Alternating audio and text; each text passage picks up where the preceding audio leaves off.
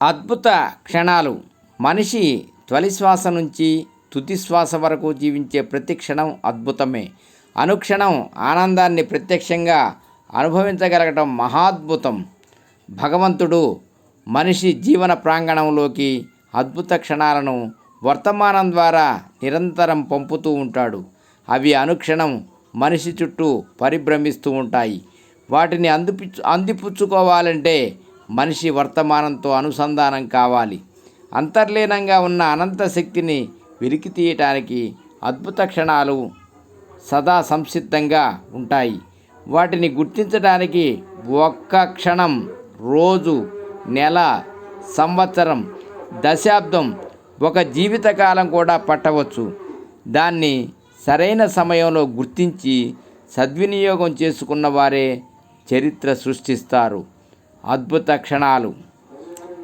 రమణ మహర్షి చిరుప్రాయంలోనే మరణానుభవం పొందిన అద్భుతమైన క్షణం నుంచి ఆయన మరణ భయం నుంచి విముక్తులయ్యారు.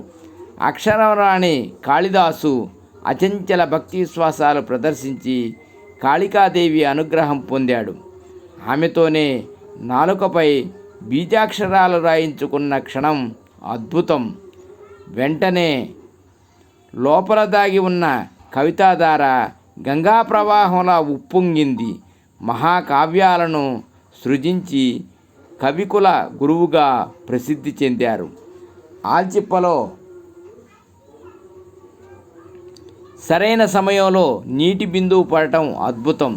తర్వాత అది ముత్యంలా మారటం మరో అద్భుతం. నవమాసాలు మోసి ప్రసవ వేదనతో మరణపు టంచుల వరకు వెళ్ళి బిడ్డను ప్రసవించిన క్షణం మాతృమూర్తికి మరువలేని అద్భుతం. ఎన్నో ప్రయాసలు కోర్చి 7 కొండలు ఎక్కి ఎన్నో కోరికలతో శ్రీవారిని దర్శించుకున్న క్షణంలో మనసు స్తబ్దమవుతుంది. అప్పుడు కలిగే వాంఛారహిత శూన్యస్థితి అత్యద్భుతం.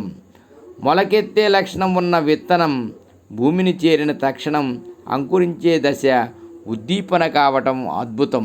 తద్వారా వందల నందనవనాలు రూపొందుతాయి. వ్యక్తి తనలో ఉండే సానుకూల శక్తిని వెలికితీసే క్షణాన్ని గుర్తించినప్పుడే వందలాది సత్సమాజాలకు సృష్టికర్త కాగలుగుతాడు. గౌతమ బుద్ధుడు, వివేకానందుడు, మహాత్మా గాంధీ వంటి మహోన్నత వ్యక్తులు చేసిందదే. హృదయ కుహరంలో దాగి ఉన్న శక్తి గురించి మీకు తెలిసింది చాలా తక్కువ. అవధులు లేని సముద్రంలా మీలో అనంత శక్తి విస్తరించి ఉంది. దాని దివ్యత్వాన్ని జాగృతపరిచే అద్భుత క్షణాన్ని మీరు గుర్తించగలగాలి. అప్పుడే ఆ అనంత శక్తి మిమ్మల్ని విశ్వవిజేతల్ని చేస్తుంది అన్నారు యువతను ఉద్దేశించి స్వామి వివేకానంద. అలాగే అద్భుత క్షణాల్ని ఒక్కసారి చేజార్చుకుంటే మరోసారి తిరిగి వచ్చే అవకాశం రాదు. ఎందుకంటే మరుక్షణమే అది గతంగా మారిపోతుంది. ఎంతోమంది క్రీడాకారులు కఠోర పరిశ్రమ అనంతరం పోటీల్లో పాల్గొంటారు. గెలుపును అందుకునే తరుణంలో లక్ష్యం క్షణంలో 1000వ వంతు గురి తప్పిన పసిడి పథకం పరాధీనమవుతుంది. అదృష్టం తరచూ వచ్చిపోతూ ఉంటుంది. కానీ అద్భుత క్షణాలు జీవితంలో ఒక్కసారే తలుపు తడతాయి. ఒక్కసారి ఆహ్వానించాక ఆపై ప్రవేశించే క్షణాలు ఉండవు. ఆహ్వానించే వ్యక్తి ఉండరు. తొలి అడుగే తుది అడుగు.